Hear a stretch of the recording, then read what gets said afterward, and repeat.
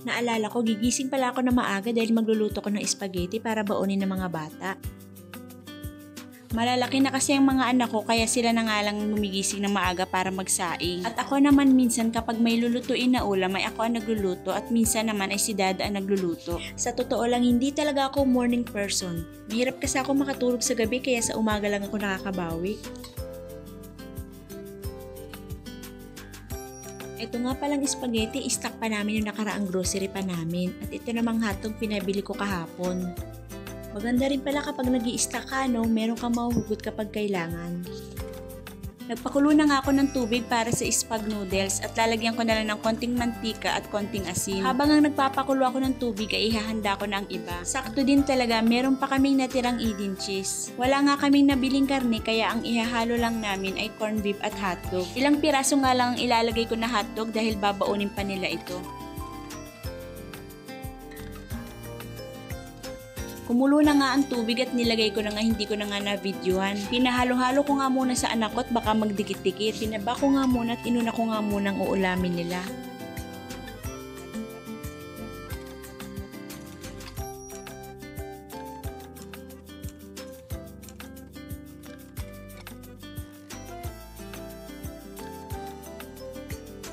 Buti na nga lang at malalaki na ang mga anak ko at natutulungan na ako sa mga gawaing bahay. Na-training talaga yan sila nung wala ako dito at nagtrabaho ako sa Manila ng 2 taon. Natuto na sila sa mga gawaing bahay at tinuruan din sila ng dada nila. Maganda rin kasing matuto sila sa mga gawaing bahay. Dahil kung halimbawa may mga trabaho ang mga magulang, hindi sila mahihirapan sa buhay. Kaya natutuwa din ako sa mga anak ko dahil nasanay na sila sa mga obligasyon nila sa araw-araw. Ang hirap pala magluto kapag maliit na lang ang oras mo, kailangan pala mas maaga pa. Pero okay lang, mahahabol ko naman ito. Pagpasensyahan nyo na rin ang luto ko, hindi talaga ako expert magluto. Medyo nagmamadali na nga ako sa mga oras na to. Nagisa na nga ako ng sibuyas bawang at nilagay ko na nga rin ang hotdog at corned beef. At kapag luto-luto na, nilagay ko na rin yung spaghetti sauce.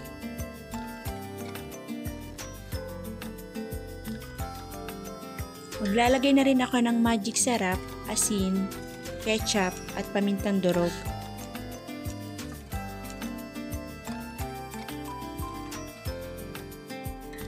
Nilagay ko na nga rin ang condensed at Edin cheese. Sinabay-sabay ko na nga rin at ganoon din naman.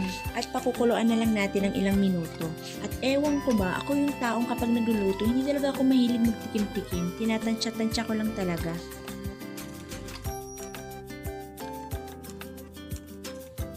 Hugasan ko nga muna itong mga baonan nila na paglalagyan. Napagplanuhan na nga lang namin na lagi silang magbaon dahil naalala ko yung room daw nila ay nasa 3rd floor. Dahil minsan daw tinatamad silang bumaba para bumili ng snack. Dahil sa dami daw ng bumibili, minsan nauubos na daw yung oras nila sa break time. Kaya mas maganda pa siguro pabaonan na lang natin ang mga bata para siguradong makakapag-snack sila agad. Sabi ko nga rin, bumili na lang ng tinapay or puto pagdaan nila sa bakery.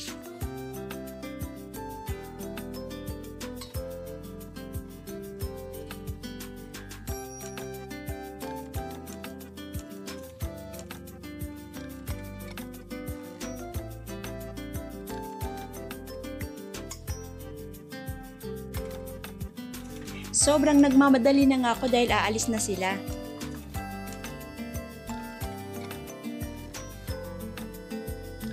Buti na nga lang talaga't malaki ang lunch bag na nabili ko sa kanila at kasya kahit maraming ilalagay.